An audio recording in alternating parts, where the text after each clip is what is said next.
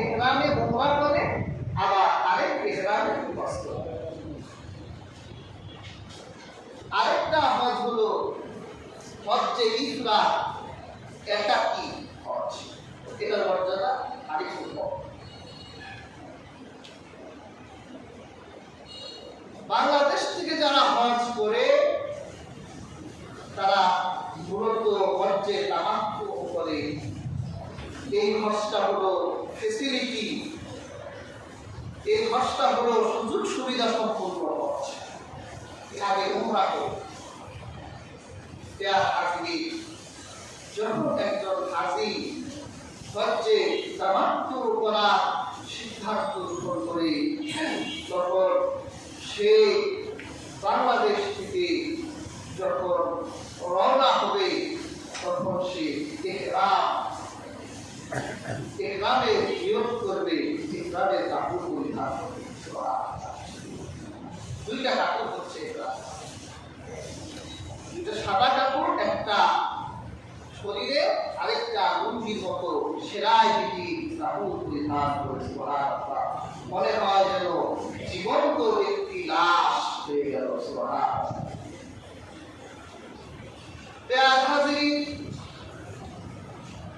যখন কোন ব্যক্তি ইহরাম করে ফেলে, ইহরামের নিয়ত করে, যখন কোন ব্যক্তি ইহরামের নিয়ত করে ফেলে, তখন তার জন্য অনেকগুলো কাজ হারাম হয়ে যায়। যেমন ইহরামের কাপড় পরিধান করার পর, ইহরামের কাপড় পরিধান করার পর সে আর মাথার চুল আঁচড়াতে পারবে না। তার জন্য মাথার চুল আঁচড়ানো নিষেধ হয়ে গেল। সে আর শরীরে সুগন্ধি লাগাতে পারবে না, হাতের নখ কাটতে পারবে না, শরীরে তেল দিতে পারবে না। জীবন্ত একটা লাশের মতো হয়ে যাবে। তার দুনিয়াবি অনেক হারাম কাজ তার জন্য নিষেধ হয়ে যাবে। সে আর এই কাজগুলো করতে পারবে না।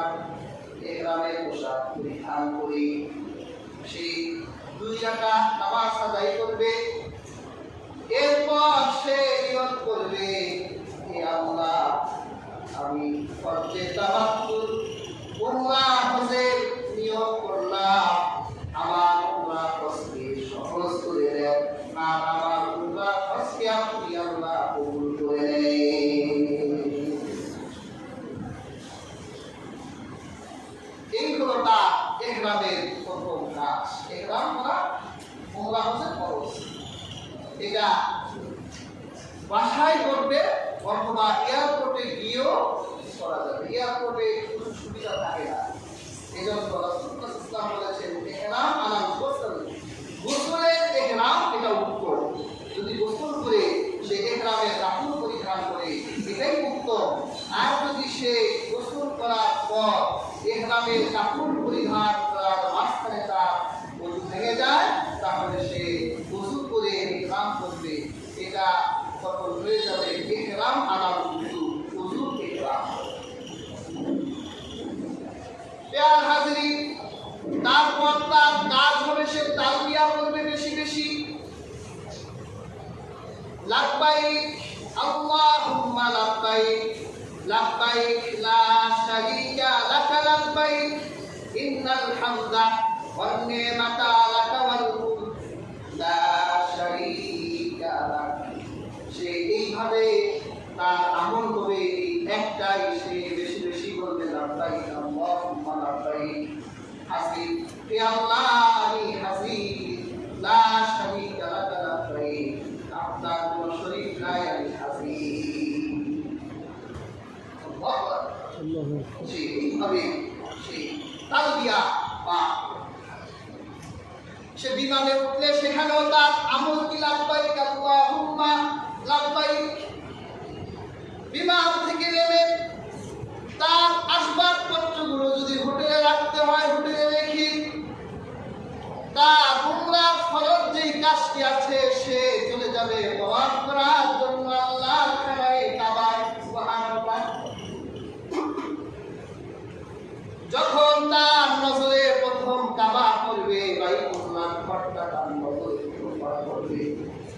হাদিস শরীফে রহমতের নবী বলেছে তখন সে দুই হাত তুলে আল্লাহর কাছে দোয়া করতে, কারণ আল্লাহ রাব্বুল আলামিন সারা দুনিয়ার কেন্দ্র বানিয়েছেন এই কাবাকে।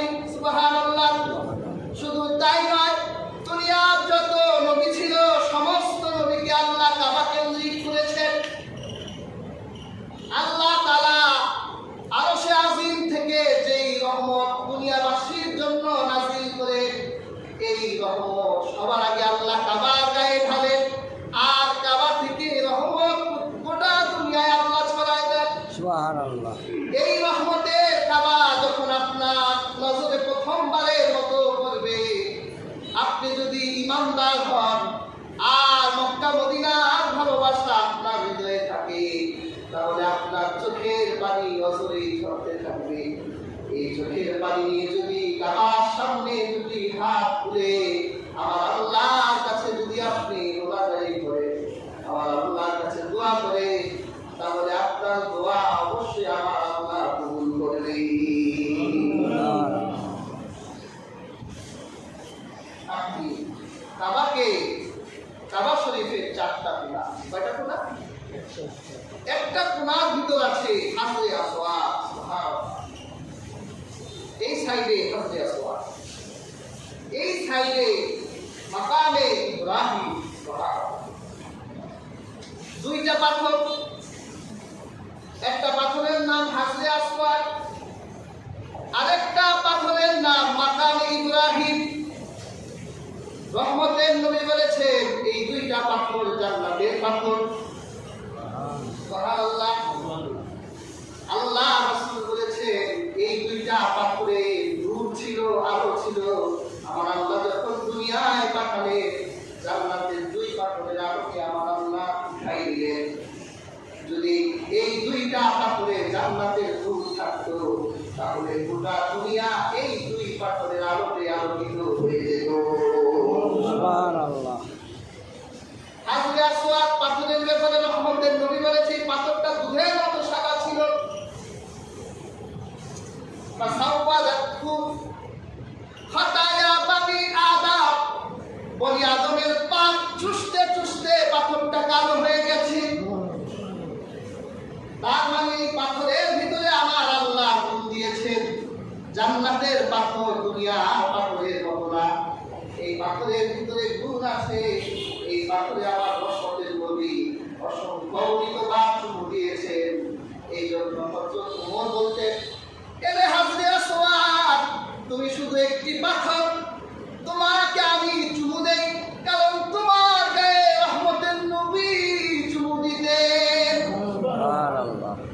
রহমতের নবী চুমু দিতেন বলে আমি তোমারে চুমু দেই। এছাড়া তুমি একটা পাথর ছাড়া কিছুই না। ইয়ার হাজরিন, এটা জান্নাতের পাথর। এই পাথরটা মর্যাদা শান কেমন। হাদিসের কিতাবে এসেছে রহমতের নবী বলে কিয়ামতের দিন আল্লাহ হাজরে আসওয়াদকে উঠাবেন। মানুষরা হাসরের মাঠে উঠবে, আল্লাহ হাজরে আসওয়াদকেও আল্লাহ হাজর সেই কিয়ামতের দিন ময়দান মাহশর। আল্লাহর হাবিব বলেন এই পাথরের দুইটা চোখ হবে সেই দিন, দুইটা চক্ষু থাকবে। আল্লাহ এই পাথরের জিহ্বা দিবে, আর এই পাথরের গায়ে ইমানের সাথে যারা চুমু দিত হাসরের ময়দানে, তাদের জন্য এই পাথর সুপারিশ করবে।